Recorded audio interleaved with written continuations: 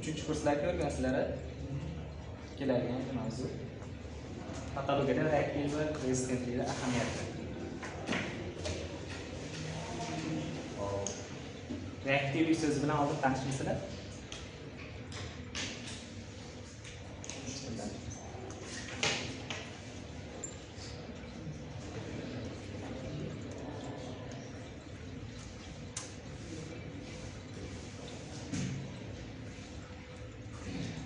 Bugun ko'rib chiqamiz reaktivlik nima, reaktivlik turlari, rezistentlik, hosil bo'lish mexanizmlar, diates, reaktivlikning tuzilishi. Reaktivlik.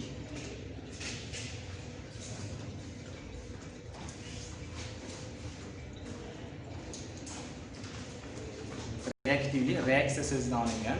Reaksiya qarshi harakat degan ma'noni anglatadi. Organizm har doim tashqi muhit omillari bilan yoki organizmni o'zini ichki muhit omillari bilan doim to'qnash kelib turadi.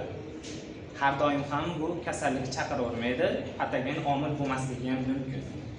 Oddiy omillar ham ta'sir qiladi, patogen omillar ham yoki boshqacha qilib aytsa, adekvat, noadekvat omillar ta'sir qilib turadi organizmga. Bizda doim ham patologiya bo'lmaydi yoki normal yashashimiz mumkin yoki kasallikka ham o'tib ketishi mumkin. Reaktivlik. Inson qachondir emas, doim ham qachon tashqi muhit omili bilan uchrashganda reaksiya bildiradi. Agar reaksiya bildirmasa, moslashish qobiliyatining yo'lga tushib ketib qoladi. Reaksiya bildiradi. Reaksiya bildirgandan so'ng o'sha muhitga moslashadi. Misol uchun, bu reaktivlik organizmda u evolyutsion jihatdan shakllanib kelgan. Hozirgacha o'zidan o'zi reaktivlik paydo bo'lib qolmagan. U undan oldingi evolyutsiya jihatdan past darajada turadiganlarda ham bor, lekin bizchalik, umurtqali hayvonlarchalik bo'lmaydi. Misol uchun, amoebaga ta'sir qilsak, o'zida aynan ta'sir qilgan joyimiz ichkariga kirib, boshqa joydan pseudopodiyalari chiqadi, harakat bo'ladi. Unda ham ta'sirlanib, ya'ni reaksiya bildiryapti. Biz ham reaksiya bildiramiz, doim tashqi muhitga. Misol uchun, gripp virusi bizga tushsa, biz o'zimizda nima hosil bo'ladi? Virusga qarshi antitanalar hosil bo'ladi. Aynan o'sha antitana hosil bo'lishi reaksiya bildirayotganimiz, reaktivlik xossasiga ega bo'layotganimiz. Aynan tashqi muhitda har xil omillarga nisbatan ta'sir qilganda biz reaksiya bildirish qobiliyatimiz reaktivlik hisoblanadi. Sal bo'lsa ham tushundinglarmi?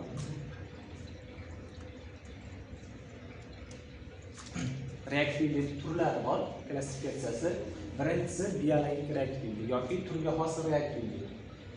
Turga xos reaktivlik nima desa, har xil turlar bor. Misol uchun, insonlar bitta tur, biologik tur, boshqa hayvonlar bitta tur. Aynan biologik reaktivlik, ya'ni turga xos reaktivlikda o'sha turdagi barcha organizmlar tashqi muhit yoki ichki muhitning ta'siriga bir xil javob reaksiya qaytaradi. Hammasi bir xil javob reaksiya qaytaradi va o'sha muhitga moslashadi. Aynan bir xil javob reaksiyasi o'sha turga xos reaktivlikni aytib beradi. Misol uchun, insonlar vabosiga hayvonlar chalinmaydi yoki hayvonlar vabosiga insonlar kasal bo'lmaydi. Aynan insonlar reaksiya bildirib kasal bo'lmayapti. Aynan o'sha insonlar saqlab qolyapti turli ichida. Hayvonlar qirib ketishi mumkin. Tushundinglar hozir? Biologik reaktivlik turga xos, aynan turni moslashtiradi. Keyingisi guruhga xos reaktivlik.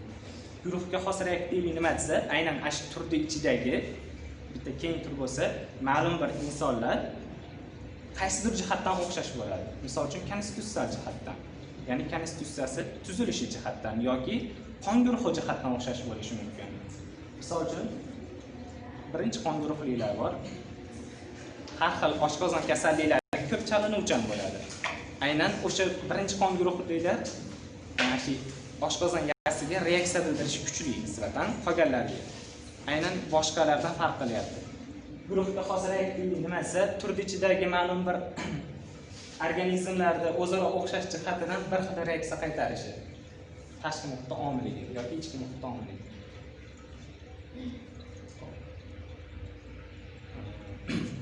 Misol uchun yana ma'lum bir insonlar bor, ularda hashalarda 8 geni bor. Bu gen genni saqlaganlar har doim ham qandli diabet bilan og'riydi. Qolganlar og'rimaydi.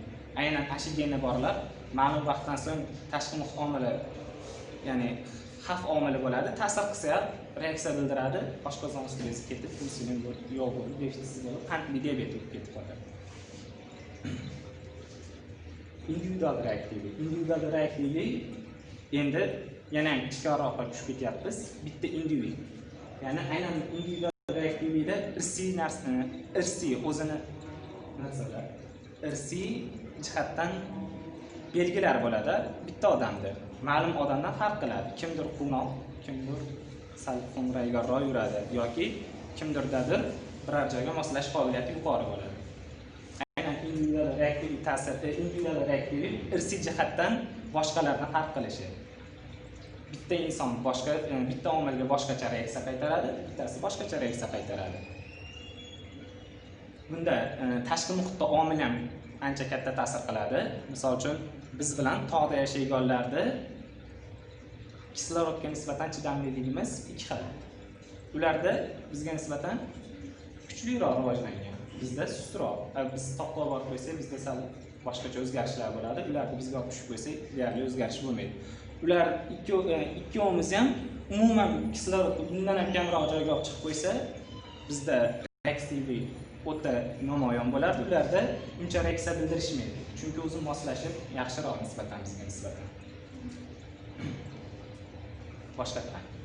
Biologik reaktivlik aynan o'sha bitta turda faktorga nisbatan bitta bir xil javob reaksiya qaytarib turib, aynan o'sha muhitga moslashtirish.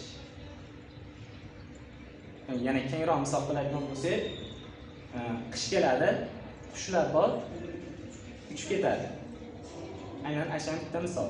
Yoki qish kelganda ma'lum bir hayvonlar uyquga ketadi. Aynan o'sha muhitga moslashtirib, moddalarni o'sha yashab qolishga harakat qilyapti. Ikkinchisi aynan guruhga xos reaktiv turda ichidagi ma'lum bir organizmlarda irsiy yoki konstitutsiyal jihatdan o'xshashlari. Tashkilotlar individual alohida individda o'zini reaksiyasi. Endi individual reaktivlik ikkiga bo'linadi: spesifik, non-spesifik. Spesifik bilan non-spesifik so'z ma'nosi nima? Spesifik aynan bitta narsaga. Misol uchun antigenga, doim ham antigenga nisbatan organizmda reaksiya bo'lsa, aynan spesifik reaktivlik bo'ladi. Antigen faktorlarga nisbatan organizmda yuzaga keladigan javob reaksiya spesifik reaktivlik. Antigen bo'lmagan boshqa har narsaga javob reaksiyasi non-spesifik reaktivlik. Misol uchun antigen bo'lmagan boshqa ta'sirlarga nimalar kiradi? Tashqi muhit. Issiq, sovuq, yuqori bosim, past bosim, hammasi non-spesifik reaktivlik. Sovuq bo'lsa bizda nima bo'ladi? Issiqlik hosil bo'lishi keladi. Aynan non-spesifik. Gripp bo'lsa antitiyollar, aynan spesifik reaktivlik. Tushundinglar hozirmi? Ya'ni spesifik reaktivlik turlari bor. Spesifik reaktivlik fiziologik bo'lishi mumkin, patologik bo'lishi mumkin. Fiziologik reaktivlik nima desa, aynan antigenga nisbatan organizmda normal reaksiya bildiradi, lekin kasallik chaqirmaydi. Misol uchun birorta farqi yo'q, qanaqadir antigen tushdi, o'zimizda bilmaydi-yu, haligini organizmimiz fagositoz qilib yo'q bo'laveradi, yashab ketaveramiz, moslashib. O'zimiz bilmaymiz, lekin kasallik chaqirmayapti, yo'q bo'layapti. Aynan normal immunitet. Biz immunitetimiz normal holat. Endi patologik reaktivlik, patologikda nima? Kasallik emas. Kasallik emas, sog'lik emas.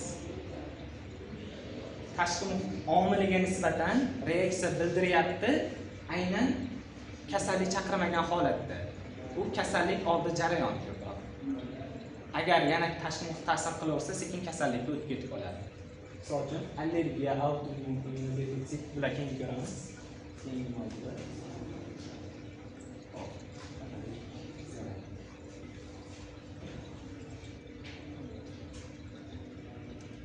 Endi nospesifik reaktivlik. Nospesifik ham ikkiga bo'linadi. Bu ham fiziologik, bu ham patologik. Endi fiziologik reaktivlikga nima kiradi desa, normal yashashimiz. Antigendan tashqari nimadir ta'sir qilsa ham baribir normal yashashimiz. Misol uchun sovuq ta'sir qilsa ham normal yashab ketamiz ma'lum vaqtgacha. Kompensatsiya bosqichi desa ham bo'laveradi. Endi patologikda nima bo'ladi desa, patologikda kasallik oldi jarayoniga o'tishni boshlaydi. Reaksiyamiz har xil bo'lib qoladi. Misol uchun stress, shok, koma, kollapslar ular o'tganmiz. Tushunsangiz kerak. Fiziologikda normal yashab ketishimiz, patologikda kasallik oldi jarayoni.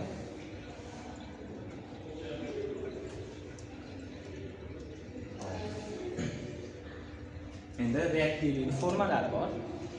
Endi bizda tashqi muhit ta'sir qilgandan so'ng biz har xil darajada javob beramiz.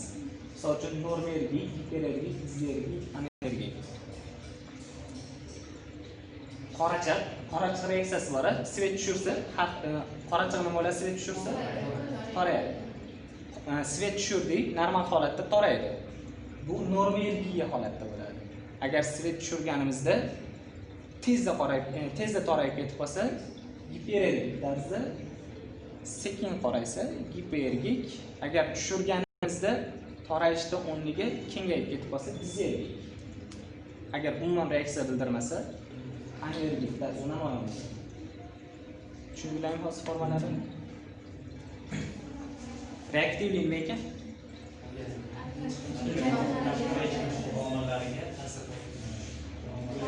Reaksiya bildirishi. Necha xil bo'lar ekan reaktivlik? Birinchisi turga xos reaktivlik. Turga xos o'ziga xos xususiyati nima? Umumiy turli ichida bo'ladi. Turli ichida bo'ladi, bitta reaksiya bildiradi hamma. Endi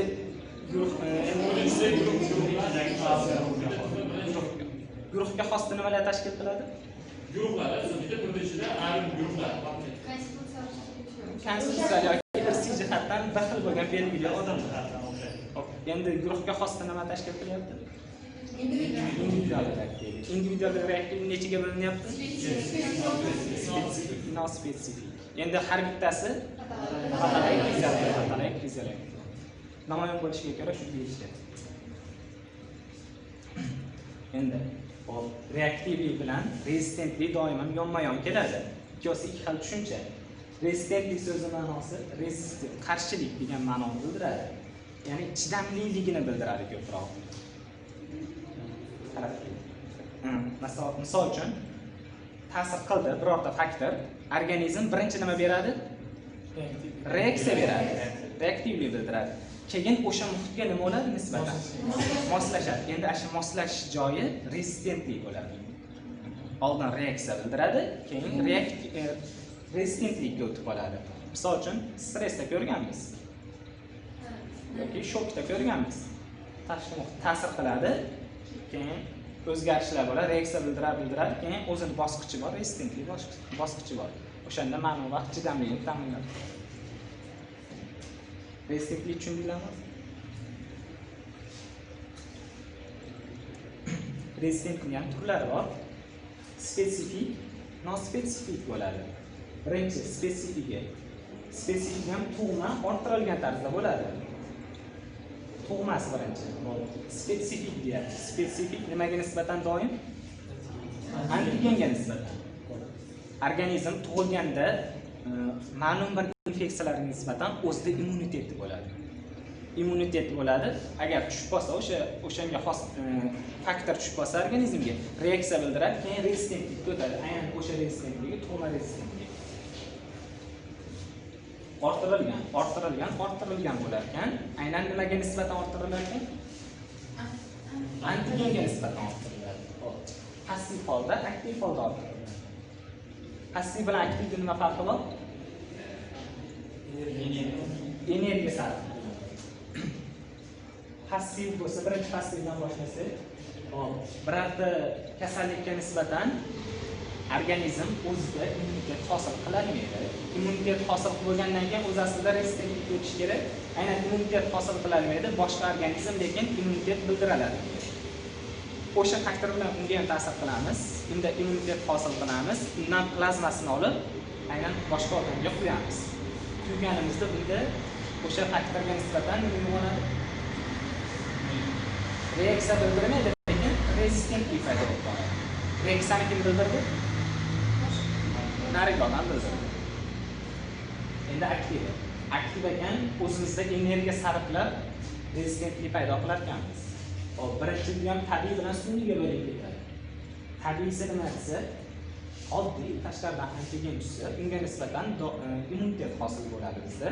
Aynan immunitetdan keyin rezistentlik bo'ladi. Aynan o'sha tabiiy holatda bo'ladi. O'zimizda hosil bo'layotgan tabiiy.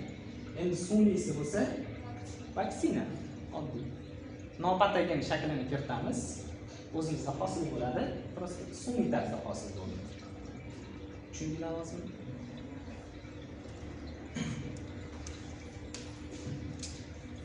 Spesifik. Bu ham tug'ma orttirilgan. Birinchi tug'masini gaplashadigan bo'lsak, tug'mada yosh bola tug'ilganda ma'lum bir o'zida rezistentlik qobiliyati bo'ladi. Aktiv, passiv holatda. Hop, aktivi nima desa, chaqaloq tug'ilsa, birinchi o'rinda misol sovuq ta'sir qildi, lekin unga nisbatan rezistentligi bor o'zida. To'g'ridan-to'g'ri tezda kasal bo'lib ketavermaydi. Aynan fiziologik gamiyastazini ushlashga qaratilgan hamma reaksiya tug'ma aktiv bo'ladi. Tushundingizmi? Tug'ma ekan, o'zimizda bor ekan, tayyor fiziologik jarayonlar, gamiyastazni ushlashga qaratilgan jarayonlar ekan. Hop, tug'mani passivi. Tug'mani passiviga misol uchun toshbaqalarda toshbaqaning qobig'i borib, lekin o'sha qobig'i unga nima bag'ishlaydi? Rezistentlik bag'ishlaydi tashqi muhit ta'siriga nisbatan. Energiya sarf qilyaptimi qobig'i orqali? Yo'q. O'shaning uchun passiv. Aynan bizda misol uchun terimiz yoki shilliq qavatlarimiz. Passiv misol bo'ladi. Endi orttirilgan oddiy misol uchun antigen bo'lmagan любой faktorga bizda hosil bo'layotgan jarayonlar. Stress, shok, komada bizda hosil bo'lyapti. Undan keyin reaktivlik bildiryapmiz, keyin rezistentlik o'tyapti. Aynan o'sha rezistentlik nospesifik orttirilgan. Tushundingizmi? Aktiv o'zida hosil bo'ladi. Tayyor bo'ladi. Misol chaqaloqda любой gamiyastazini ushlashga qaratilgan hamma jarayon. Tug'ildi. Mabodo tug'ilganda to'g'ridan-to'g'ri gipoksiyaga tushib qolsa, eritropoez kuchayadi. Eritropoezdan so'ng reaksiya bildiryapti. Undan keyin nima bo'ladi? Gipoksiyaga nisbatan chidamlilik hosil bo'ladi. O'shandan tug'ma aktiv. Farqi yo'q. Bitta gipoksiya emas, ko'p narsalar. Istimas chiqib qoladigan issiq harorat bo'lsa, yurak urishi sekinlashib ketadi.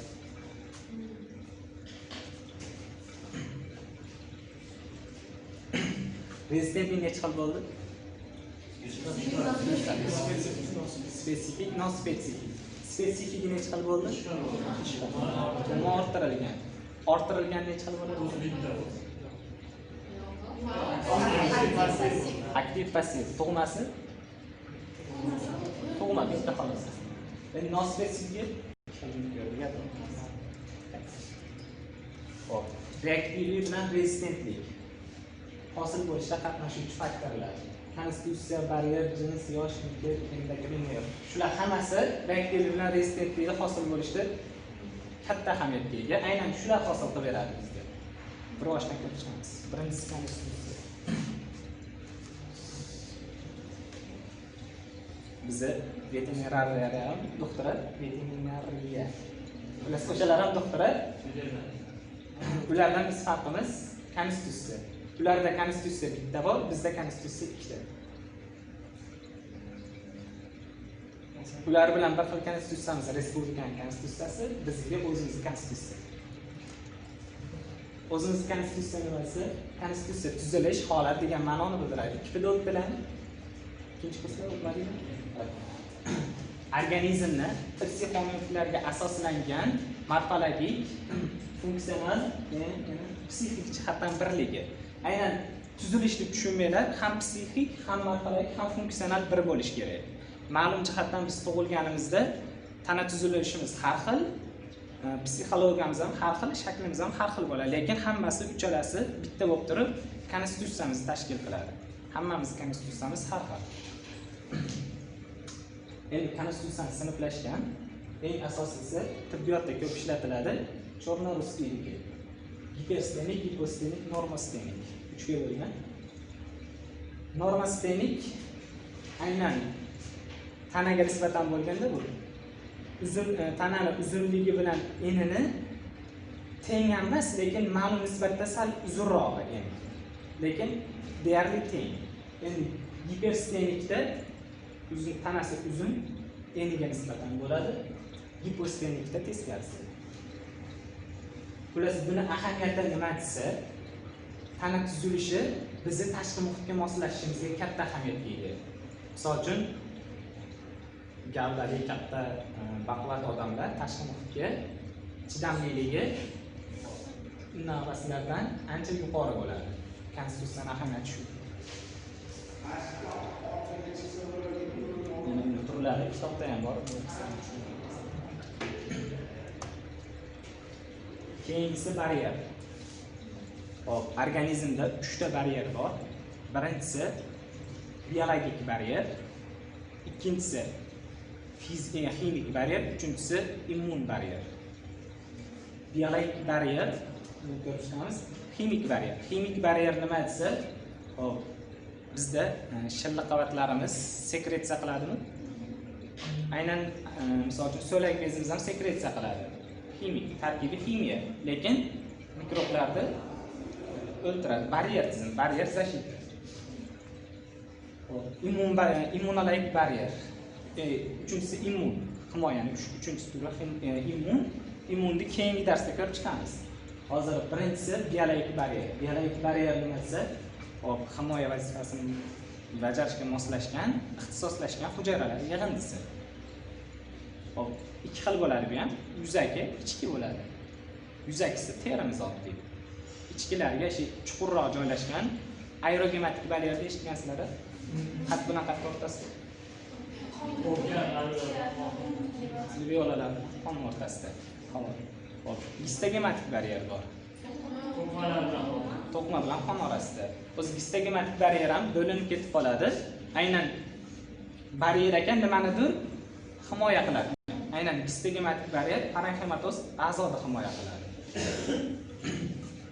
Parenximatoz a'zoni himoya qilishiga ko'ra bu ham har xil bo'ladi. To'la izolyatsiyalab olishi mumkin, yarim izolyatsiyalangan holatda bo'lishi mumkin yoki umuman izolyatsiyalamasligi ham mumkin.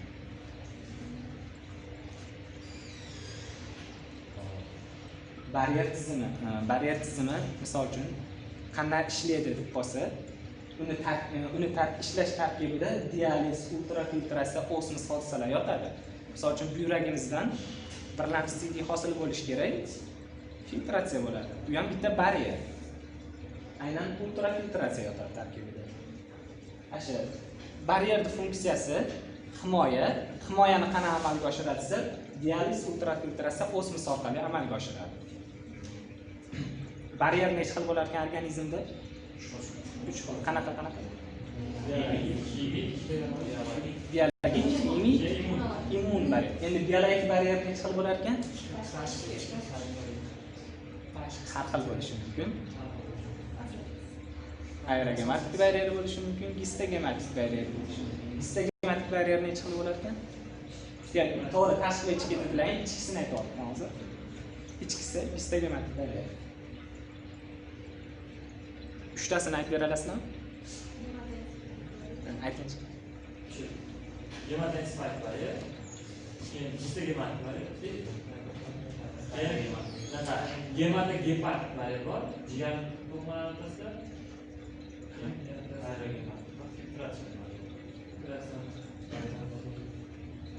Bo'ldi, boshqa. Har bir organ o'zini baryer ikki xil bo'ladi. Biologik baryer ikki xil bo'ladi. Tashqi, ichki. Tashqisiga teri, bo'ldi, tashqi, umuman tashqi teri. Ichkisiga har xil gistogematik, aerogematik baryer. Aerogematik baryer havo bilan qon o'rtasida, gistogematik baryer to'qma bilan qon o'rtasida. Gistogematik baryer 3 xil bo'ldi. Parenximatoz a'zoda o'rashiga qarab. To'la izolyatsiya bo'lgan, izolyatsiyalagan, yarim izolyatsiyalagan, umuman izolyatsiyalamagan. to'la izolyatsiyalanganiga gematoensefalik baryer, gematotestikulyar baryer. Chala izolyatsiyalangan gematooftalmik baryer, gematotireoid baryer. Umuman izolyatsiyalanganiga gematoavarial baryer. Tushundingizmi? Nima bo'lsa ham baryer защита qana защита qilasiz? Dializ, ultrafiltratsiya, osmos. Endi rezistentlik bilan reaktivlikda nima ahamiyati bor baryerda? Savol. Nima ahamiyati bor? Baryer borligi uchun rezistentlik bor. Baryer bo'lsa keyin reaktivlik chiqadi. Bo'ldi. Baryer yaxshi rivojlangan bo'lsa rezistentlik past bo'ladimi, yuqori bo'ladimi? Past.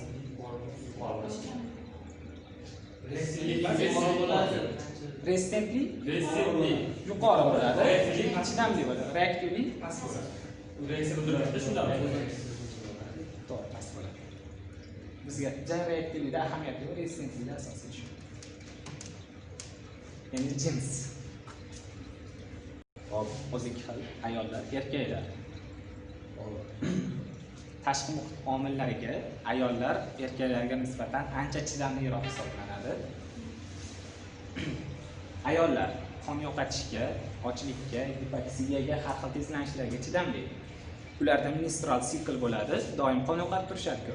Shuning uchun ularda qon yo'qotishga chidamli. Erkaklarga nisbatan. Xo'p, ayollarda stressga chidamli degan asosiy maqsadi ularda gormonal holati bor, estrogenlar bilan testosteron, estrogenlar bilan progesteronning miqdori bor, kayfiyatiga doim ta'sir qilib turadi. Erkaklarda erkaklik gormoni ta'sir qilmaydi. Shuning uchun ayollar ko'proq quvnoq holatda bo'ladi, stresslarga ham chidamli bo'ladi. Xo'p. Qon yo'qotishga, gipoksiyaga, ochlikka ayollar chidamli ekan, erkaklarga nisbatan. Sabab nima deb o'ylaysizlar? Shu uchosiga bor.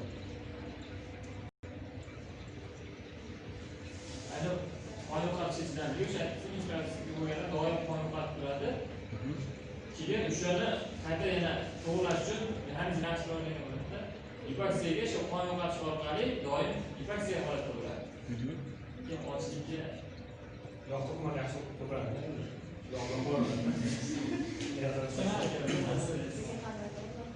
Garmoni shu erkaklardan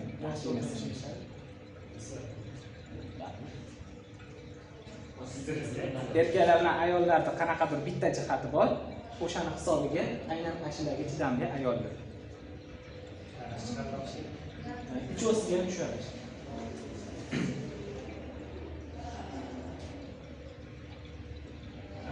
Gormonal holatga bog'liq, aynan tiroxin gormoniga bog'liq. Ayollarda moddalar almashinuvi nisbatan sustroq.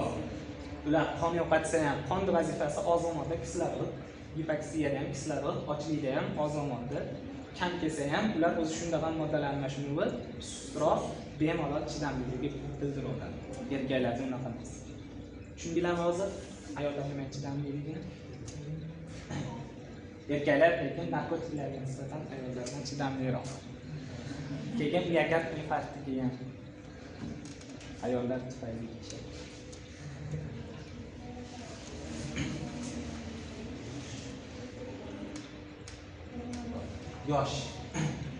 yosh jihatdan 3 xil bo'ladi. Yosh bolalar orada 20-40 yoshlar atrofidagi holat, keyin nari qarilik. Shu 3 xil holatda bir-biridan reaktivlik, rezistentlik farq qiladi. Xo'p, yoshlarda, aynan yosh bolada nerv sistemasi, endokrin sistemasi hali to'liq rivojlanib bo'lmagan bo'ladi. Nerv sistemasi bilan aynan endokrin sistema organizmning reaksiyasini belgilab beradi. Aynan ashlar sust bo'lsa, reaktivligi sust bo'ladi, lekin har xil gipoksiyaga, boshqa narsalarga chidamliroq bo'ladi, rezistentlik yuqori bo'ladi yosh bolalar. Buni tajriba qilib ko'rishgan. Ikkita kameraga katta yoshli odamni, bitta kameraga kichkina yosh bolani nima qilishgan, solishgan. Gipoksiya holatini chaqirishgan. Yosh bola ko'proq chidagan nariga katta odamga nisbatan. Katta odamda yosh bolaga nisbatan nima kuchli? Katta odamda reaktivlik kuchli. Ash ikkosini farq qilib qolishiga sabab moddalar almashinuvi bor. Kattalarda moddalar almashinuvi kuchli, yoshlarga nisbatan kuchli moddalar almashinuvi. Garchi bola o'sayotgan bo'lsa ham moddalar almashinuvi. Bizlarga bog'liq mas'ul bola, yosh bolada moddalar almashinuvi jadalliklarga hipoksiyasiga sabab qonda tarkibida gemoglobin tuzilishiga bog'liq. Yosh bolalarda gemoglobin yaxshi keltirib olishini. So'rib bog'lab qolish qobiliyati nisbatan.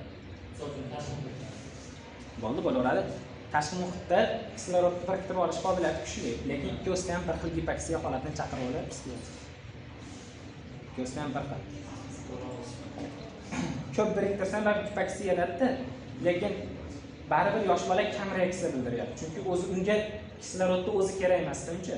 Shunda ham moddalar almashinuvi suvsiz bo'lyapti. Kattalarga nisbatan. O'zi aslida jadal o'ziga nisbatan. O'ziga nisbatan. Endi qarilarda bolalarga o'xshaydi. Qarilar bilan bolalarning mohiyati tengroq. Katta bo'lgan sari reaktivlik susayib boradi. Chunki endokrin nerv sistemasi ham o'z ishini susaytirib borayotgan bo'ladi. Eng asosiy navqiron holat shu 20 bilan 40 orasidagi holatdir. O'rta yoshli odamda reaktivlik nima ekan? Ikkitasiga nisbatan kuchli, rezistentlik pastroq bo'ladi. Endokrin sistemasining ahamiyati. Xo'p, narkoz odam, narkozda yotibdi. Unga igna sanchib ko'rsalar ham nima bo'ladi? Sezmaydi. Ash sezmaslik holati nima bo'lyapti? Qana reaktivlik nima? Ashda reaktivlik qana? Yo'q. Umuman reaktivlik bildirmayapti. Endi rezistentligichi? Ular rezistentlik menimcha ishlamayshi kerak. Reaktivlik reaksiya keyin rezistent bo'lishi kerak. Doim emas u. Reaktivlikdan keyin bo'ladi. Reaktivlikdan keyin rezistentlik bo'ladi emas. Ko'proq fiziologik aktiv holatlar bor-ku. Aktiv rezistentlik, aktiv reaktivlik. Aynan aktiv reaktivlikdan so'ng aktiv rezistentlik hosil bo'ladi. Masalan, varniyga chiqqandan keyin bo'lgan jarayonlar bor. Masalan, qon ketgan o'rni to'xtatishga qaratilgan mexanizmni rezistentlikga egasidir.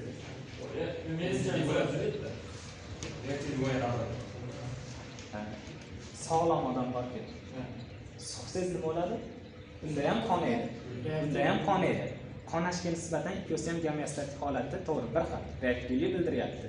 Lekin tashqi umuman reaksiya bildirish chidamli, qaysi bir chidamli? Tiyrak odamga borib narsani desiz, toporishi mumkin. U umuman rezistent bildirgan ham yo'q, sezgan ham yo'qda. Rezistentligi o'ta yuqori. Yoki tajriba qilib ko'rishgan, elektr toki berishgan. Narkoz holatidagi odamga elektr toki berib ko'rishgan. Deyarli reaksiya bildirmagan. Lekin o'sha tokka chidab turibdi, mana shu turishchi. Rezistentligi yuqori turibdi. Katta odamga toki bersangiz ketib qoladi. Rezistentligi juda past. Nerv sistemasining ahamiyati shatda aynan. Nerv sistemasi yaxshi rivojlangan bo'lsa, reaktivligi kuchli bo'ladi, bildiradi. Past rivojlangan bo'lsa yoki ishlamayotgan bo'lsa, rezistentlik yuqori. Endi endokrin sistemaning ahamiyati. Xo'p, noradrenalin yoki adrenalin. Ikkovsini farqi yo'q. Bizda adrenalin ko'paysa qonimizda tashqi muhit ta'sirlariga reaksiyamiz nima bo'ladi? Kuchli bo'ladi. Imtihon payti qonimizda adrenalin ko'payadi, rasa hayajonlanamiz. Reaksiya bildirishimiz nima bo'lyapti unga nisbatan? Kuchayyapti. Endi qonimizda ko'paydi, biz moslashib oldik. U holatga rezistentligimiz nima bo'ldi? Rezistentligimiz ham ortdi.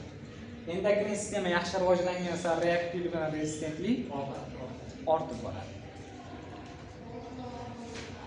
Yurak usti bezini gormonlari tugalamiz. Tiroid gormon. T4, T3, tiraksin, trianin. Hiperfunksiyasi bor, hipofunksiyasi. Hop, hiperfunksiyasida reaktivlik nima bo'ladi? Reaktivlik ortadi. Rezistentlik endi u holatiga qarab bo'lsa-da, to'xtatib holatga rezistentlik kamayadi. Bakteriyaga nisbatan rezistentlik Chunki tez moddalar almashinuviga ochiq qoladi-yu. Aha. Boshqa rezistentlik kamayadi. ishga yoki boshqalarga funksional holatga nisbatan rezistentlik ortib ketadi. Giperholat Giperholatga teskari. Ochiq kelsa-da giperholatga ko'payadi. reaktivlik nima bo'ladi? Reaktivlik giperholatga Tushsa, rezistentlik ortishi ham mumkin. Jinsiy gormonlar ayollar bilan erkaklarda ikki xil ta'sir qiladi. Erkaklarda jinsiy gormonlar ko'paysa, reaktivlik bo'ladi. Ortadi, to'g'ri. Rezistentlik ikki xil o'zgarishi mumkin. Har xil holat. Ayollarda xuddi shuni. Teskarisi sabab nima? Bitta sabab erkaklarda ortsa, erkaklar gormoni qon hosil qiluvchi organlarga ta'sir qiladi-da, keyin qon ko'paytiradi. Uni gipoksiyaga rezistentlik ortadi. Ayollarda ortsa, xuddi shuni teskarisi, ayollar gormonlari gipoksiyaga chidamsizligini ta'minlaydi. Qon hosil qiluvchi organlar ishini susaytiradi. Moddalar almashinuviga qanaqa ta'sir qiladi? Jinsiy gormonlar erkaklarda kuchaytiradi. Moddalar almashinuvi kuchaysa, reaktivlik ortadi, rezistentlik tushadi ko'proq odatda. Ayollarda estrogenlar xuddi shuni teskarisi. Insulin. Insulin ko'paysa, qonda qand miqdori kamayadi, lekin qatda ortadi. To'qimada ortadi. To'qimani reaktivligi nima bo'lyapti? Ortyapti. Rezistentligi ortishi ham mumkin, pasayishi ham mumkin. Qandli diabetda yaralar bitishi sekinlashib ketadi. Rezistentlik nima bo'lyapti? Kamayadi.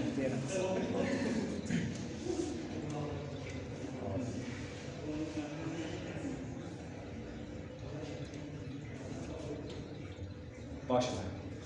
Reaktivlik nima ekan? Omillarga nisbatan reaksiya bildirishi, javob berishi, o'z hayot faoliyatini o'zgartirgan holat. Rezistentlik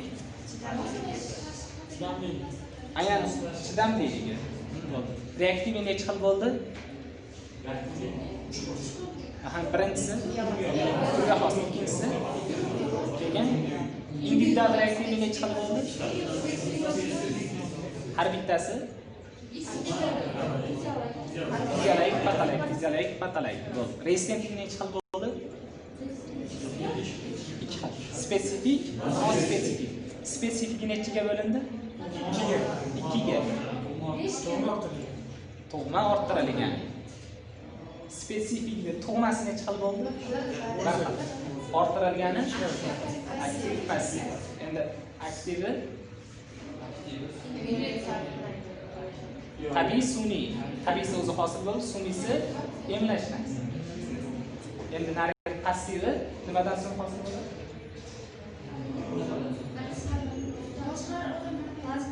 Plazma quyganda hosil bo'ldi. Nospesifik necha xil bo'ldi? Tug'masi necha xil bo'ldi? Aktiv, passiv. Passiviga nima misol? Tug'magan bor ekan, passiv ekan, rezistentlik ta'minlab berar ekan. Teri, toshlar. Endi aktivi o'zida bor, aynan nimani gamiyasida ushlashga qaratilgan hamma jarayonlar antigen bo'lmagan ta'sirlarga nisbatan. Ahamiyatini tushundilaymi? Nerv sistemasi yosh, hamma yo'q. Hammasini zo'r tushunib olsa ham bo'lmaydi, umuman tushunmasa ham bo'lmaydi. Ma'lum bir qolipga borib, uyda o'qisalar ham aynan o'qiganlarni ko'proq ahamiyatli. Diabetes. Jicha tanaffus qilamiz.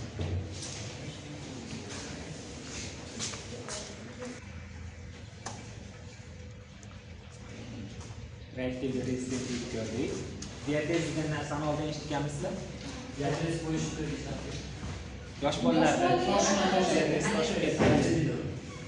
O'sha diabetesda hammasini unutdinglar, hozir yangidan o'rganamiz. Boshqacha tushungan bo'lishlari mumkin. Xo'p. Diabetes nima desa, konstitutsiyani o'rgandik. Aynan tug'ma holat konstitutsiyal belgilarda anomaliyasi hisoblanadi. Patologik ta'sirga ham, fiziologik ta'sirga ham patologik direksiya bilan javob beradi. Diabetes nima desa, diabetes sog'lom holat ham emas, patologik holat ham emas. kasallik oldi jarayoni aynan ko'proq 5 yoshgacha bo'lgan bolalarda uchraydigan holat. Diabetes kasallik emas, kasallik oldi jarayoni 5 yoshgacha bo'ladigan bolalarda uchraydi ko'proq, 5 yoshdan keyin ham uchrashi mumkin. Hop, keyin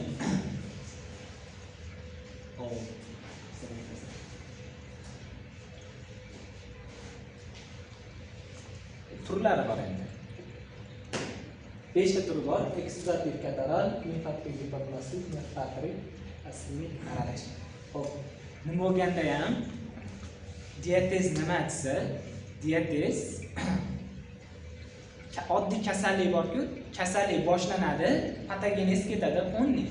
Bunda ham diabetesda ham kasallik holati emas u, lekin aynan o'sha kasallik bilan bog'liq nomiga monand ravishda o'sha kasallikni hamma patogenetik zvenolarini o'tashi.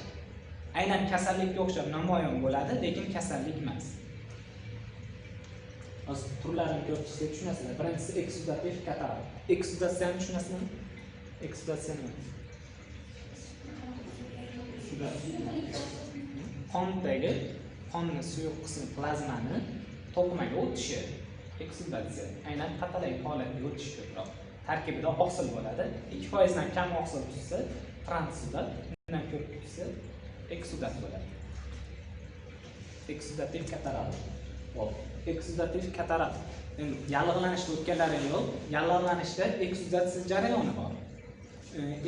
Yallig'lanish ko'proq to'qimada, biriktiruvchi to'qimada kechadi. Misol uchun terida yoki shilliq qavatlarda kechishi mumkin. Aynan eksudativ kataralda bolani terisi qana bo'ladi? Har xil toshmalarga beriluvchan bo'ladi, egzematozniy bo'ladi. Ya'ni parajeniya, normal teri bo'lmaydi, xullas buzilgan bo'ladi, lekin kasal holati ham emas. Sal oddiy patologik ta'sirlovchi bo'lsa ham, oddiy fiziologik ta'sirlovchi bo'lsa ham, ashta eksudatsiya jarayoni bo'ladi. Shish, qizarish, issiqlik hammasi bo'ladi. Shuning uchun biz ko'proq diabetes deganni ko'proq eksudativ kataralni ko'rganimiz uchun diabetes toshma toshib ketibdi deymiz. Aynan shu eksudativ kataral bo'ladi. Hop. Atipik allergiya. Allergiya tushunchasini bilmaysizlar. Allergiya o'zi nima desa, organizmni shikastlovchi omilga nisbatan immun javob reaksiyasini ham o'zini to'qimasi shikastlanishi bilan kechishi. Normal immunitetda immun javob reaksiya bildiradi, o'zini to'qimasi shikastlanmaydi. Allergiyada immun javob bo'ladi, o'zini to'qimasi shikastlanadi. Atipik allergiyada immunitetda o'zgarish allergiyani o'zgarib ketgani atipik allergiya. Atipik allergiya nima desa, aynan allergenlar ta'sirida emas u, boshqa qanaqadir jarayonlarda ham allergiyaga o'xshash vujudga keladigan holat.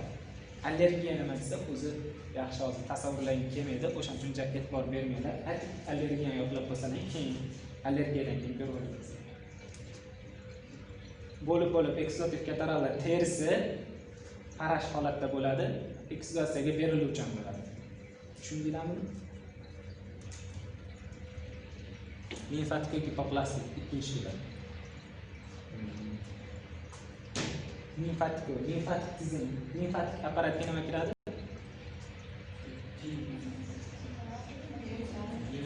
Timus limfa bezlari. Xullas, limfoid a'zolar bor. Butun tana bo'ylab tarqalgan limfoid a'zolar hammasi limfatik apparatga kiradi. Aytda nima shakllanadi? Limfatsitlar T hamda B turi shakllanadi. Aynan shu limfatik apparatda giperplaziyasi. Lekin infantilizm. O'sha apparat katta bo'lib ketar ekan, giperplaziyasi bo'lar ekan, lekin infantilizmi yosh holatida qolib ketishi. O'zi katta bo'ladi, lekin u kattaligiga yarasha ish qilmaydi. Katta bo'laveradi, lekin vazifasi past, o'ta darajada past bo'ladi. Limfatik apparat past bo'lsa, endi immunitet jarayonlari nima bo'ladi? Susayib. Hop, endi giperplaziyasi limfatik apparat bo'ldi, endi qolgan bezlarda gipoplaziya bo'ladi. Gipoplaziya nima? Kichrayib ketishi. Hop, misol uchun yurak usti bezi, qalqonsimon bez, jinsiy gormonlarda, jinsiy organlarda Hop, buyrak usti bezi gipoplaziyaga uchradi. Buyrak usti bezidan qaysi gormonlar ishlab chiqariladi po'stloq qismidan?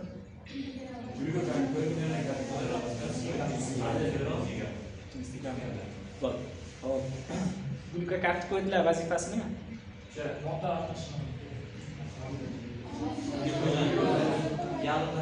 Tashqi muhitga nisbatan organizmda qanaqa ahamiyatga ega?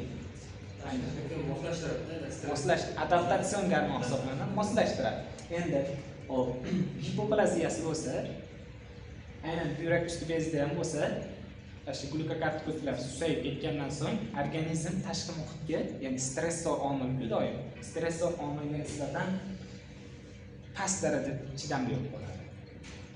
Birinchi bosqichi to'g'ri ketaveradi, rezistentlik bosqichi susayib qoladi. Tezda buzilish holatiga o'tib ketib qoladi. Limfatik hipoplazm diatezda stressga nisbatan, tashqi muhit omillariga nisbatan reaktivligi nima bo'lyapti? Hipoplazm aynan shunda. Tashqi muhitga nisbatan reaktivligi tushib ketyapti. Limfatik apparat infantilizm bo'lgandan so'ng tug'ilganda o'zida nisbatan nimalar bo'ladi? Infeksiyaga nisbatan o'zida immunitet bo'ladi nisbatan. Keyin ona sutidan o'zi ham olib turadi. Ona sutidan ajragandan so'ng, o'zida ham susaygandan so'ng tashqi muhitda har xil infeksiyalarga nisbatan immuniteti tushib ketib qoladi. Endi har xil vaqtda vujudga keladi, to'satdan o'lim sindromi yuzaga chiqadi. To'satdan o'lim sindromi aynan shunday bo'ladi. Buni sabablari ko'p, aynan asosiy sababi immunitet bilan bog'lashadi.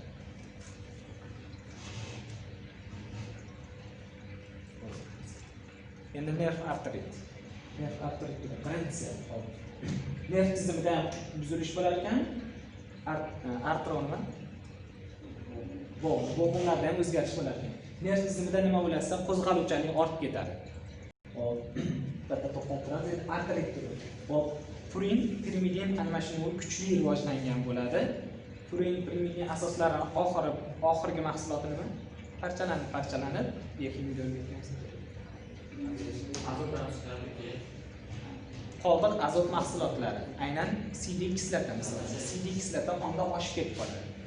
Sidik kislota qonda oshishi bo'g'imlarda to'planishiga olib keladi. Og'riq bo'ladi. Kasallikning nomi podagra. Lekin bu kasallik emas, lekin o'shani hammasiga nuni o'taydi. Lekin diatez. Xo'p, endi purin pirimidin almashinuvi, o'zi purin pirimidin nima? Nukleotid. Almashinuv kuchli ekan, demak organizmda yaxshigina hosil bo'lib turibdi. Purin nukleotidlarning vazifasi denka tarkibiga kiradi. Denka yaxshi rivojlangan bo'lsa, sintez jarayonlari kuchli bo'ladi. Neyronlarda qurilish jarayonlari hamma yo'q, joyida bo'ladi. Endi bir tomondan qo'zg'alish kuchli, bir tomondan jarayon ham yaxshi bo'lyapti. Ya'ni o'zini tiklash ham yaxshi bo'lyapti. Xo'p. O'shaning uchun xotirasi ham kuchli bo'ladi bu bolalarda odatda. Qo'zg'alish ham kuchli, tiklanish jarayoni ham kuchli. Xotira joyida qolganlarga nisbatan kuchli bo'ladi, chunki qo'zg'alish kuchli bo'ladi. Osongina biror narsani eslashga harakat qilsa, yaxshigina eslab oladi. Sal impuls bersa ham qo'zg'almayotgan neyron bizda qo'zg'almasa o'sha impulsga u bolada oson qo'zg'alib ketadi. Qo'zg'alish kuchli bo'ladi.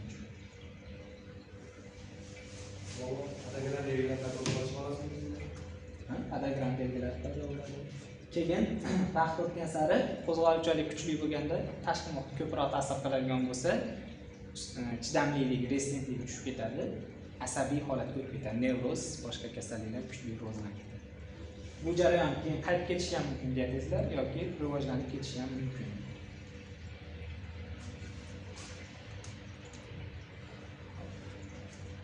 Nechtani ko'rdik hozir? Birinchisi nima edi? Eksudativ kataral. Eksudativ kataralda nima bo'ladi? Yallig'lanishga eksudatsiyaga beriluvchan bo'ldi. Terilar qarash holatga o'tib qolgan bo'ladi. Keyingisi limfatik hipoplastik. Limfatik apparatda nima bo'ladi? Hiperplazmiya lekin funksiyasi past bo'ladi. Hop, buning funksiyasi pasayishi nimaga olib keladi? Immunitet tushishiga olib keladi. Immunologik reaktivlik tushib ketib qoladi. Hop, endi gipoplastik boshqa bezlar gipoplaziyaga uchragan bo'ladi. Stressga nisbatan chidamliligi tushib ketgan bo'ladi. Nerv arteritik. Hop, keyin esa astenik turi bor. Astenik turi haqida uncha berilmaydi. Lekin asteniklarda nima bo'lsa, astenik tuzilishda aytdik. Hop, ingichkaroq bo'ladi organizm. Uzunroq bo'ladi, geni bo'yiga nisbatan. Ularda parasimpatik innervatsiya kuchli bo'ladi. Parasimpatik innervatsiyani vazifasi nima? Aynan oshqozon traktida kuchaytirish. Sekretsiyasiga qanaqa ta'sir qiladi? Oshiradi. Oshqozonda sekretsiya oshib ketsa, xolarik kislota nima qiladi? Ko'payib ketsa qanaqa ta'sir qiladi? Yaralar hosil bo'ladi. Aynan astenik turlarda oshqozonda ko'proq yaralarga beriluvchan bo'ladi. Sabab nimasi? Parasimpatik innervatsiya kuchli rivojlangan bo'ladi. Simpatik sistema normal holatda aktivligimizni belgilab beradi. Aktivlik ham demak sustroq. Stresslarga nisbatan reaktivligi sust bo'ladi. Rezistentligi ham sust bo'ladi. Aktiv holatiga. Qolgan passivniy holatlari bir xil. Hamma jarayon rezistentligi bir xil bo'ladi. Sog'lom odam.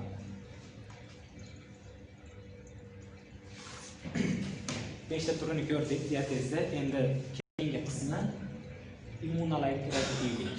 Immunologik reaktivlik ko'rgandik. Reaktivlikni nimaga bo'lgandik? Individualda ikkiga bo'lgandik. Spesifik, non-spesifik. Spesifik antigenga nisbatanmi? Aynan ikkinchi nomi immunologik reaktivlik, o'sha spesifikdir. Hop, immunologik reaktivlik nimasi? Organizmda aynan antigenga nisbatan spesifik antitanalar ishlab chiqarishi yoki T hujayralarni ishlab chiqarib, unga nisbatan reaksiya bildirish. Aynan ishlab chiqarish jarayoni reaktivlik. Bundan so'ng agar o'shalar ta'sir qilib, antigenni yo'q qilsa nima hosil bo'lgan bo'ladi bizda? Rezistentlik hosil bo'lgan bo'ladi. Reaktivlik nimasi? Aynan antigenga nisbatan reaksiya bildirishi. Immunologik reaktivlik. Hop. Immun tizim haqida tushunchalaymi? Shu vaqtgacha o'rgatishgani? Nimasini o'rgatishgan ko'proq? Funksiyasini o'rgatishganmi yoki tarkibini o'rgatishganmi? Histologiyasimi, fiziologiyasimi? Histologiyasi bor. Funksiyasi hop, immunologik reaktivlik. Immunologik reaktivlikda immun sistema amalga oshiradi. Hop, reaktivlik xil bo'ladi. Immunitet. Hujayraviy, humoral. Hujayraviy T limfositlar ta'minlaydi. T limfositlar nimaga hujayraviy immunitet deyapti? Chunki o'zi hujayrasi bo'ladi, antigenlar. O'zi hujayra borib ta'sir qiladi, o'ldiradi. Misol uchun virusni o'ldiradi aynan T limfositlar ko'proq. O'shaning uchun hujayraviy immunitet.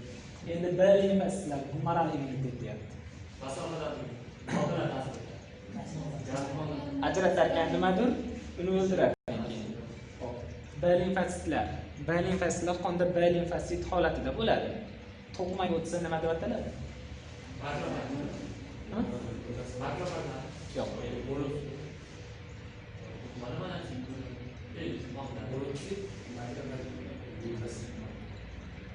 Monotsit o'tsa makrofag. Bazofil o'tsa semiz hujayra. Yoki mastotsit yoki laborotsit. Aynan qaysi o'tsa, B limfosit o'tsa bazofil. O'z bazofil bor. Bazofil o'tsa semiz hujayra bo'ladi. B limfosit o'tsa plazmatik hujayra bo'lib o'tadi. Plazmatik hujayraning vazifasi nima?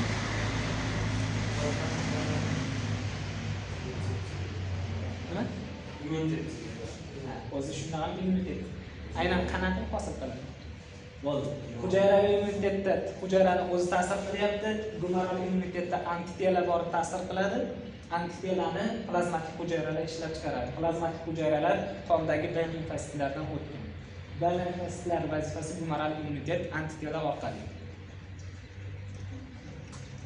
Antitana nimadan tashkil topgan? Oqsil. Oqsil. Oqsilning nomi nima deyiladi?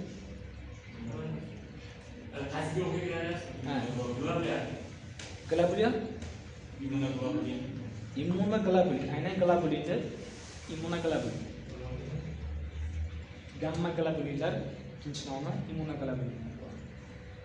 Hujayraviy immunitetni T gumaralda limfositlar ta'minlaydi. Ash ikkalasi ikkala xil immunitetni amalga oshiradi organizmda, immunologik reaktivlik yuzaga chiqadi. Tushundingizmi sizlar?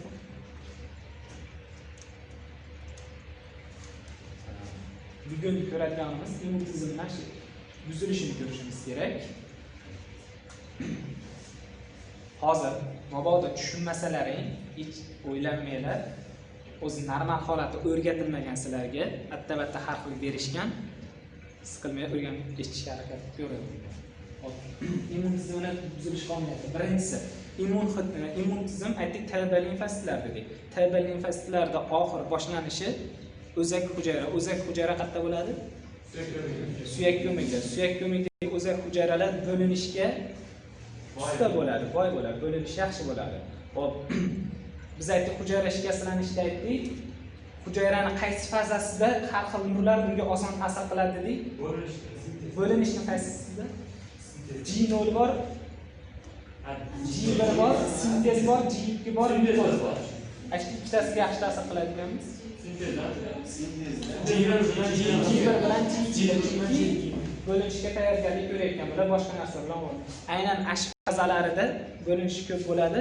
Demak, aynan hujayrani G1 bilan G2 holati bag'dagi sekin bo'linadigan hujayraga nisbatan ash fazalar ko'proq chastotasi ko'p uchraydi. Nurlanishgan. Boshqacha. Normal hujayra bo'linar ekan, bir kunda ikkita bo'lindi. G1 bilan G2 fazasi bir kunda necha marta bo'linadi? 2 marta uchradi.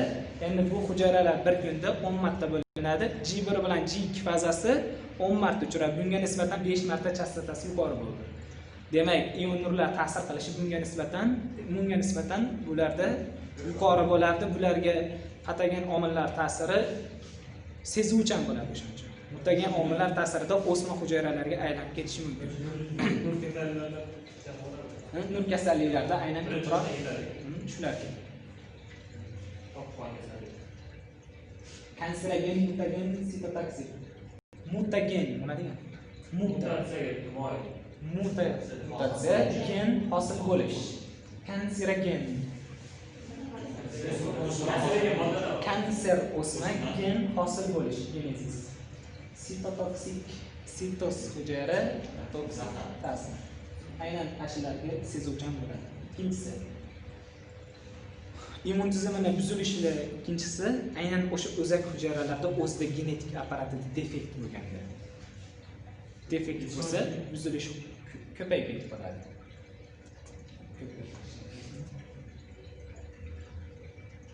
Gormonlarda ahamiyati. Aynan immun sistemasini aynan shu o'zak hujayralarga ko'proq ta'sir qiladigan yoki ularda ma'lum bir shakllangandan so'ng hammasi ham o'shda shakllanib yetilmaydi.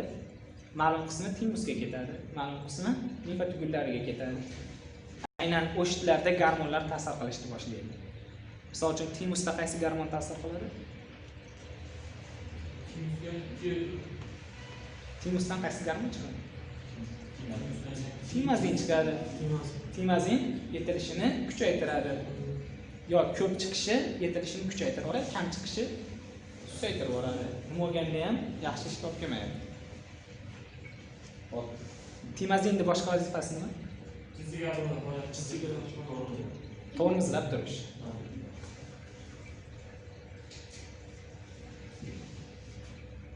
Immun tizimi hujayralari hop, qarang. Organizmda o'zimizning immun tizimimiz bor. Aynan antigenni taniyapti.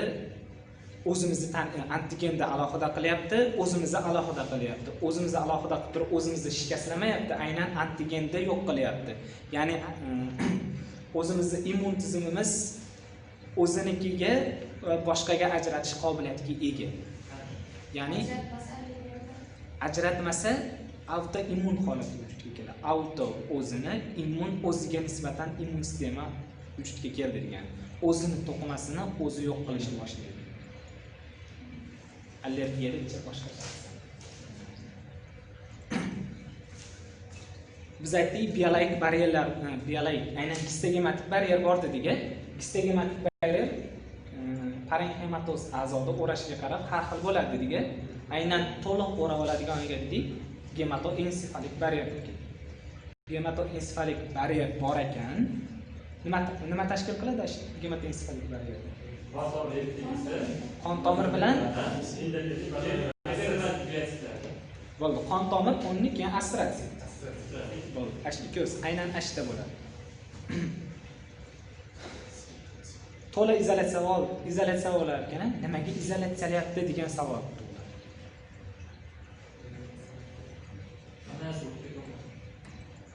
Barrierda o'zining vazifasi himoya edi. Aynan tashqi va ichki muhit zarrachalaridan degan joyi bor. Aynan ichki muhit zarrachalari deb turib faqat zarralarni nazarda tutmagan, o'zimizda immun tizimimizdan ham himoya qilib turadi. Bizda ma'lum bir organlar, ma'lum bir oqsillarimizni o'zimizniki immun tizimimiz taniydi, ma'lumini tanimaydi. Tanimaydiganlarni barrier tizimi yaxshi qoplab olgan bo'ladi. Qoplab turadi, o'z vazifasini bajaraveradi, immun tizim ta'sir qilmaydi. Qoplamaganlarni taniydi. Aynan ash qoplaganlarda barrier buzilib qolsa, autoimmun holat vujudga keladi. Miyamizga nisbatan yoki Hashimoto qog'i degan narsa bor. Autoimmun kasallik. Aynan ashunda shu barrier funksiyasi buzilsa, qalqonsimon bezda o'zimizni immun sistemamiz yo'q bo'ladi. Bo'lib spesifik antigen hisoblanadi. Immun autoimmunni tushundinglarmi? Autoimmun o'zimizga nisbatan, immun boshqalarga nisbatan. Autoimmun holati vujudga kelishi bizni o'zimizni to'qmalarimizni tanimay qolish yoki izolyatsiyalangan barrierda buzilish. Shu holatda o'zimizni mushkasini ishlab chiqadi. Bu immun tizimida etiologiyasi ko'proq buzilish qonuniyati. Immun tizim faoliyatini buzilishi. Giperfunksiya, disfunksiya, hipofunksiya, organizmda antigenga nisbatan tolerantlikni o'zgarishi. Shu to'rtta jarayon immunologik reaktivlikni buzilishida ahamiyatli. Faqat shu to'rtta jarayonda bo'ladi. Birinchisi giperfunksiya. Giper ko'p, funksiya oshishi, ya'ni funksiyani oshishi. Aytdik, o'zak hujayralar bo'linishi tez, o'sma hosil bo'lishi ham hatto oson bo'ladi. Yoki periferik to'qmada shakllanayotgan limfoid to'qma ham o'sma hujayralariga beriluvchan. Mabodo shu yerda o'sma hujayralari hosil bo'lsa, o'smani ham xavfsizlik hosil bo'lsa, aynan epiteliy ko'payadi, sekresiya qilish jarayoni ham kuchayadi. Bitta bez emas, 10 ta bez o'sma hosil bo'lgan ishlayapti. Immun tizimimiz kuchayib ketib qoladi. Immun tizim kuchayishi allergiyaga o'xshab ketadi. Allergik jarayonlarga vujudga kelishiga oson tug'diradi. Tushunmaysizlar, tushunmayotgan bo'lsalar, allergiyani tushunmaysizlar o'shaning uchun. Xullas, giperfunksiyasi o'sma bo'ldi. O'smada immun tizimimizda yoki B limfositlar kuchayib ketdi. Bo'ldi, giperfunksiyasi shu shaklda to'xtaydi. Keyingisi disfunksiyasi. Disfunksiya nima? Buzilish. Agar birorta jarayonda bitta jarayonni ko'rib qolsalar, disfunksiya bo'ldi desa, o'sha jarayonni o'zgarib qolganini tushunaveradi. Ya'ni suv to'g'riga oqayotgan bo'lsa, teskariga oqayapti deb tushunaveradi. Ikkita parallel jarayon ketayotgan bo'lsa, disfunksiya bo'ldi desa, bittasi aql, bittasi taqan tushunaverasizlar. Qarab turing. Hop, disfunksiya bo'lganda T limfositlar funksiyasi pasayishi, B limfositlar funksiyasini ortishi kuzatiladi. T limfositlar endi B limfositlar funksiyasi ortib ketyapti. B limfositlar to'qmaga o'tsa nima bo'lyapti? Nima bo'ladi? Plazmatik hujayralar. Plazmatik hujayralardan antitiyala ishlab chiqaradi. Antitiyalar immun tizimni, immun himoyani bajarib beradi. Endi hop, immun javobda bu ular antigenga nisbatan bizda hosil bo'lgan immunitet umumiy nomi immun javob deyiladi. Immun javobda idora qilib turiladi, o'z-o'zidan bo'lmaydi. Har xil idora qilinadi, aynan T limfositlar orqali ham idora qilinadi. Immun javobni susaytiradigan T limfositlarning populyatsiyasi T suppressorlar deyiladi. Suppressor pasaytiruvchi. Endi T T limfositlar o'zi funksiyasini nima bo'lib ketdi? Pasayib ketdi. T suppressor o'shani bitta populyatsiyasi. T suppressorda pasayib ketishi immun javobni kuchaytirib yuboradi. Ya'ni B limfositlar kuchayib ketishiga olib keladi. T'larda susayib ketishi o'z-o'zidan B limfositlar kuchayib ketishiga olib keladi. Ya'ni T suppressorlar bilan bog'liq holatda. Endi T limfositlar susayib ketishi qaysi immunitetni susayishiga olib keladi? Hujayraviy immunitet aynan virusga nisbatan har xil virus infeksiyalarga organizm beriluvchan bo'lib qoladi. B limfositlar kuchayishi qolgan hamma antigenlarga nisbatan organizmda reaktivlik yuqori, rezistentlik ham yuqori bo'lib qoladi. Agar normadan oshib ketadigan bo'lsa, allergik reaksiya kelib qoladi.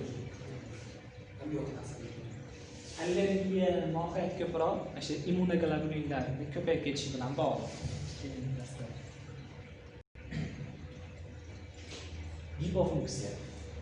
Gipo kam funksiyani yetishmovchiligi. Gipofunksiya immun sistemaning gipofunksiyasi yoki immun yetishmovchiligi ham deyiladi. Immun yetishmovchiligi nima esa? Immun sistemani to'g'ri hamda orttirilgan tarzda immunitetni hosil qila olmaslik qobiliyati. Tug'ma ham bo'lishi mumkin ekan, orttirilgan bo'lishi ham mumkin ekan. Xo'p. Gumaral bilan hujayraviy immunitet nima? O'shalar tug'ma hamda orttirilgan tarzda yetishmovchilik ekan. Immun yetishmovchilik. Xo'p, immun yetishmovchilik ikkiga bo'linadi. Birlamchi, ikkilamchi. Tug'ma birlamchi yoki ikkilamchi orttirilgan. Tug'mani ikkinchi nomi immunodefitsit holati. Eshitgansizlarmi immunodefitsit? Aynan immunodefitsit misolida immun yetishmovchilikni belgilaydi. Birlamchi tug'masini. Xo'p, ikkinchisi ikkilamchilik immunodepressiv holat. Buni ham eshitgansizlar? Immunodepressiv holat yoki immunodepressantlar degan dorilar eshitgansizlar? Aynan shu immunodepressantlar immun sistemaga ta'sir qilib depressiyaga tushirib qo'yadi, ya'ni susaytirib qo'yadi. O'shaning uchun immunodepressantlar yoki immunodepressantlar ta'sirida vujudga kelgan holat immunodepressiv holat yoki immun yetishmovchilikning ikkilamchi turi. Sabablar. Birinchisi, tug'mani sabablari gen xromosomi genom mutatsiyalari yoki homila vaqtida infeksiyaning tushishi. Nima bo'lganda ham tug'ilgangacha bo'lgan vaqtdagi hamma jarayon. U homila vaqtida bo'ladimi, ota-onaning o'zini holatimi bo'ladimi farqi yo'q. Gen mutatsiyasi nima? Gen mutatsiyasida aynan nima o'zgaradi? Nukleotidlar. Xromosoma mutatsiyasida xromosomani sonimi? Qismlari. Genom mutatsiyalarida xromosomalar soni. Aynan ashlar birortasi ota-onada bo'lsa ham immun yetishmovchilikka sabab bo'lishi mumkin. Endi egizageni. Ikkinchisi ikkilamchisiga to'g'ri keladi, aynan etiologiyasiga qarab. Hop, egizagen omillar 3 xil edi. Qaysilar? Fizik, kimyoviy, biologik. Hop, fizikiga nimalar kiradi? Nurlar. Agar nurlar ta'sir qilsa ham ikkilamchisiga olib kelishi mumkin ekan. Yana kimyaviysiga. Dori moddalar immuni depressantlar. Immunodepressiv holatga tushib qo'yadi. Endagi qarish. Qarigan sari immun holatimiz nima bo'lib boradi? Susayib boradi. Aynan timusni misol qilishimiz mumkin. 30 yoshga borganda umuman invaziyaga uchrab ketgan bo'ladi. Periferik immunozoq hisoblanadi. T limfositlar, B limfositlar yetilishi susayib ketadi. Zaharlanish. Immun yetishmovchilik necha xil bo'ldi? 2 xil bo'ldi. Birlamchi, ikkilamchi. Birlamchisining ikkinchi nomi immunodefitsit. Ikkilamchisining ikkinchi nomi immunodepressiv. Immun yetishmovchilik o'zi nima? Immun sistemasi. Immun sistemasi necha xil immunitetdan iborat? Gumaral, hujayraviy. Gumaralni nima ta'minlaydi? B limfositlar. B limfositlar nima orqali ta'minlaydi?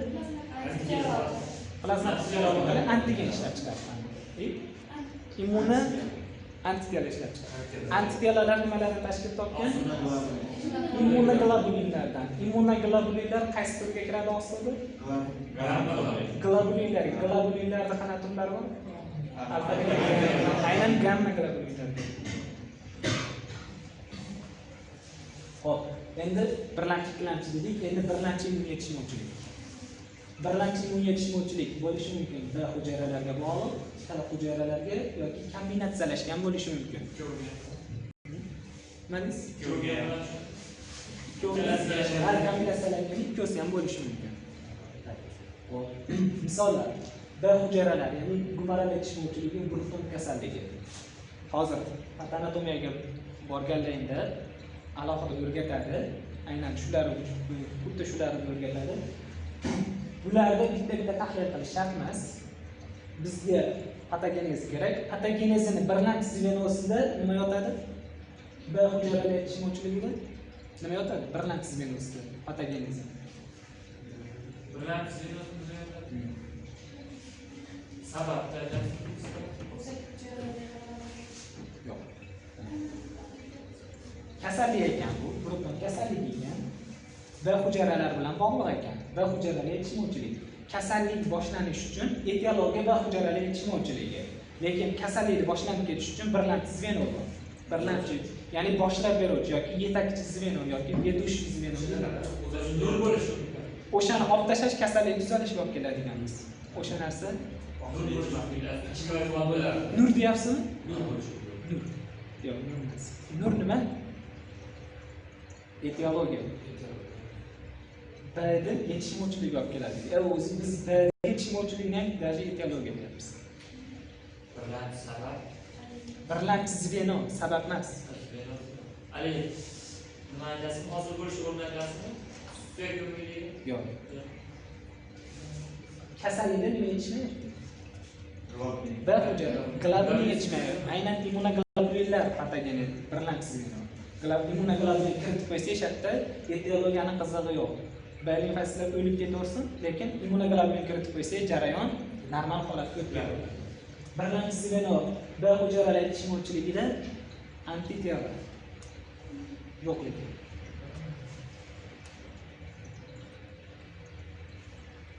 Ikkinchisi T hujayralarga bog'liq. T hujayralar yetishmovchiligi dijorgenezi qarang. T hujayralarning ma'lum populyatsiyalari bor. T killer, T helper, T suppressor, T amplifier, T xotira hujayralari. Endi ular tuzilishi bo'yicha endi oqsil tutishiga qarab o'zida CD oqsillarni eshitganmisizlar? CD o'zida oqsil tutadi, CD degan. Endi uning turlari bor, 1 dan 64 gacha oqsili bor. Misol uchun T helperlar CD 4 oqsilini tutadi, T killerlar CD 8 oqsilini. Har xil kinolarda ko'rishadi. Xullas nima bo'lsa ham T helperlar haqida gaplashishga yo'q. Mana o'zak hujayralar bor-ku, suyak ko'magi.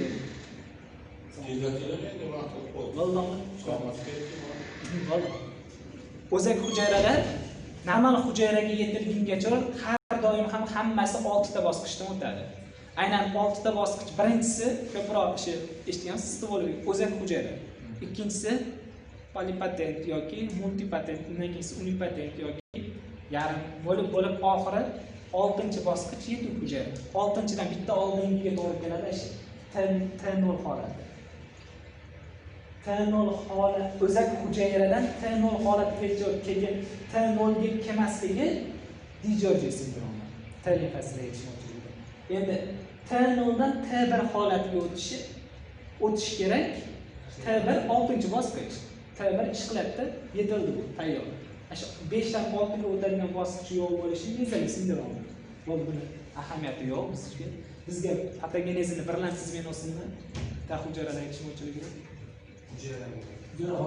T hujayrani o'zini yo'qligi.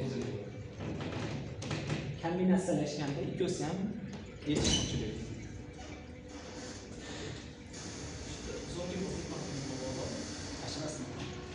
Buni egasi bo'lsa kerak.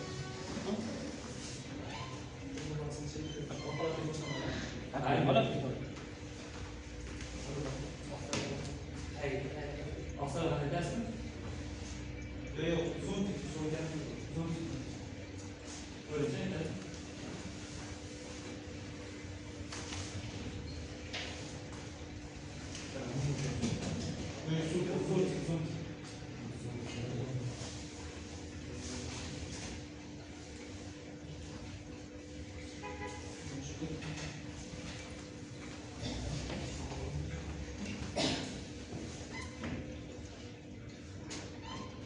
Kombinatsiyalashganda ikkosi yetishmadi. Hop. Birinchisiga og'ir kombinatsiyalashgan. Ikkosi ham umuman yo'q bo'lib ketishi yesarsiz deyiladi. Masalan, Bugar sindromi ikkinchisi. Ataksiya telengiz bilan kechar ekan. Ataksiya nima? Harakat, muvozanat buzilishi. Xo'p, to'g'ri. Ataksiya miyacha bilan bog'liq koordinatsiyani buzilishi aynan. Harakatlarda koordinatsiya ololmasligi. Telengiz periferik qon tomirlarda parajeniya, kengayish, aynan buzilish, periferik qon tomirlarda buzilish bilan kechar ekan. Aynan kombinatsiyalashgan. Egzema nima bilasizmi?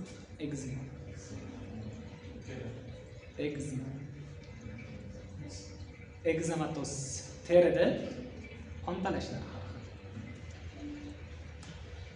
Birlamchi patogenezda nima yotadi kombinatsiyalashganda?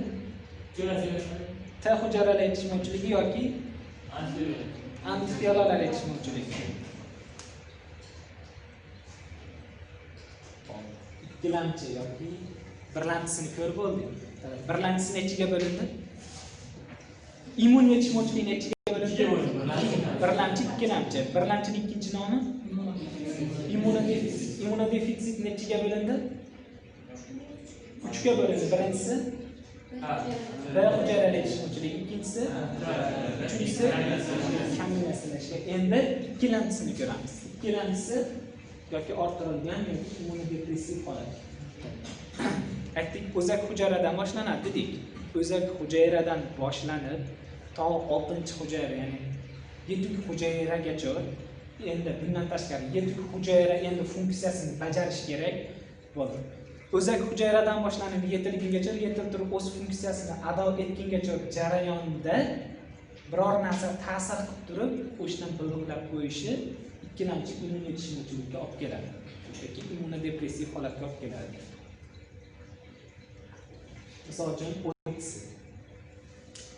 orttirilgan immunitet tanqisligi sindromi. Bunda nima bo'ladi desa, immunitet bor dediga, organizmda immunitet jarayoni, antigenga nisbatan immun javobni, immunitetni reaktivlik bildirish immun javob dedik. Immun javob misol uchun T hujayralari gumaral, T hujayraviylik va gumaralda dedik-ku, ikkosi alohida ishlamaydi. Birgalikda kelishib ishlashadi. Kooperatsiyada bo'ladi bular. Aynan shu kooperatsiyasini bitta nuqtasi bor, aynan bitta nuqtada birlashadi. T helperlar va T nuloviy helperlar joyda birlashadi. Aynan T helperlar joyda birlashadigan joyni tushunib oldinglar. Aynan shu T helperlar o'yitsida o'lib ketib qoladi. T helperlar o'lishi immunologik reaktivlikda ikkala turini yetishmovchiligiga ham olib keladi. Gumaralda ham, hujayraviyda ham. T helperlar o'zida aytdik, CD oqsiladi dedik. CD-da to'rini tutadi. Aynan shu CD4 bilan virus birikish qobiliyati bor. Virus birikadi, hujayra ichiga kiradi, o'zini sintezlab o'ldirib yuboradi. Helperda o'zi hosil bo'lib chiqib ketaveradi. Har bitta helperni o'ldirib yuboradi, o'zi ko'payaveradi. Immun javob aynan birlashgan nuqtadan uzilib boryapti. O'yitisidan virusdan o'lmaydi, aynan shu virusdan boshqa kasalliklardan o'ladi deganmiz. Bu virus odamni o'ldirmaydi, lekin immunitetni yo'q qilib yuboryapti, boshqa infeksiya orqali oddiyga ham o'lib ketaveradi. Birlamchi patogenez, birlamchi venosi nima ekan o'yitisi? T helperlar o'lishi, yetishmovchiligi.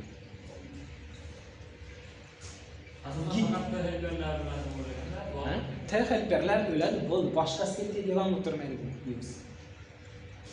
kengroq o'rgatiladi qaysi fanlarda. Aynan shatamlik bosaman.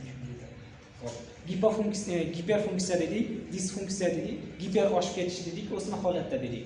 Gipofunksiya dedik, immun yetishmovchi, disfunksiya dedik, buzilish dedik. Biri kuchayib, ikkinchisi susayyapti dedik. Birini kuchayishiga sabab susayayotganda buning bo'g'uvchi ta'sirini susayib ketishi dedik.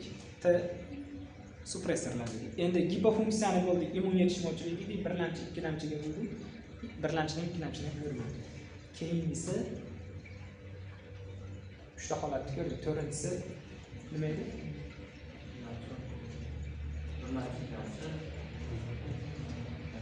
To'rtinchi turi organizmda antigenga nisbatan tolerantlikni o'zgarishi.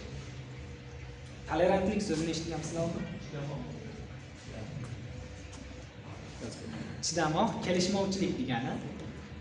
Misol uchun, qandli diabet kasalligini o'qidingizmi birorjoyda?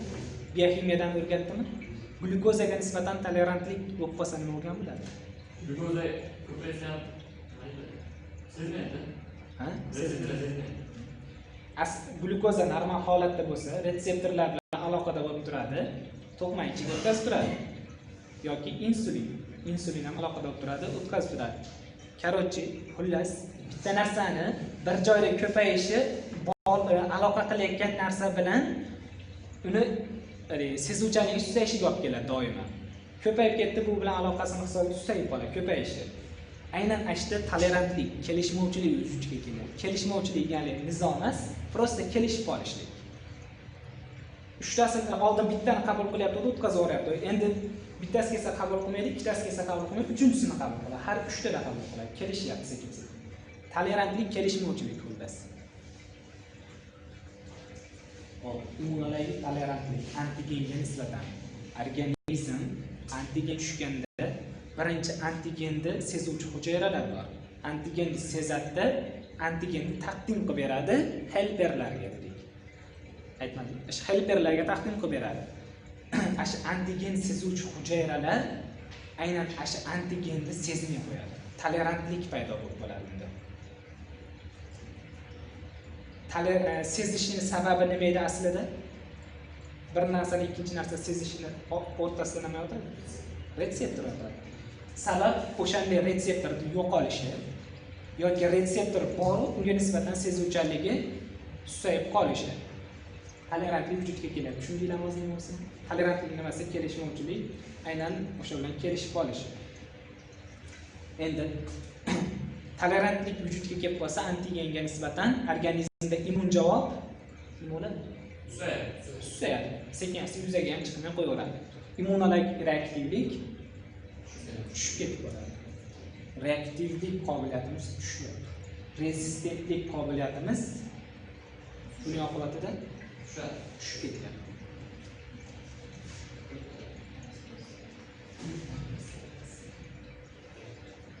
Endi hop, immunologik tolerantlik aktiv passiv bo'larkan autoimmun kasalliklar. Autoimmun kasalliklar nima bo'ldi? O'zma kasalliklar. Autoimmun. Ya, o'ziga sistemasi.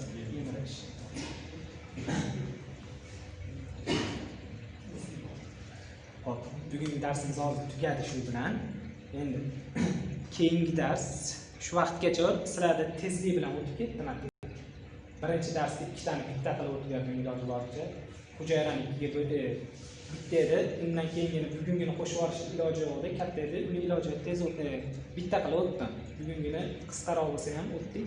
Xullas mohiyat sizlarning iloji boricha oldinga o'tib ketishda ikkita mavzu yutib olish edi sizlardan.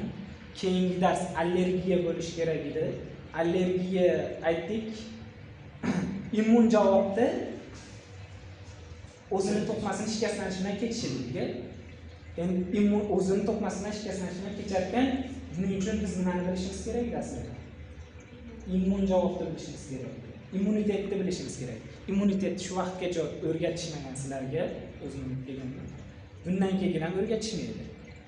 Hech qayerda immun javob nima patfizda o'rgatish kerak edi, oldin o'rgatilgan, hozir o'rgatilmayapti, chiqarib yuborilgan. Xullas, allergiyani tushunishlar uchun immun javob tushunishlar kerak edi. Ikkita dars, keyin dars immun javob bo'ladi. Immun javob immunitet bo'ladi.